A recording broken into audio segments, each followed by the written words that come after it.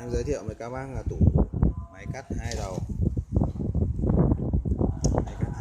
tự động, hệ thống điện đấu tự động và đấu sẵn, gồm có tủ điện này, hai con công tắc hành trình cho hai máy này, hiệu dây sẵn này, đấu sẵn này, ba cái van khí lén, một là kẹp phôi, hai là máy 1 và máy 2. Đấy.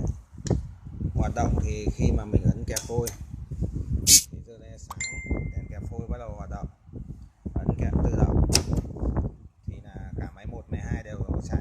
Đấy. Sáng, ngắt công tắc hành trình máy 1.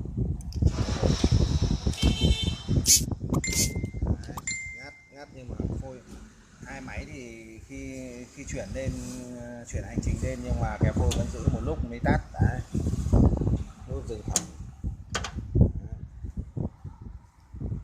Các bác nhớ đấu van nhé, đấu van thì hai hàng lỗ này thì bỏ bịt một đầu và một đầu này là khí vào.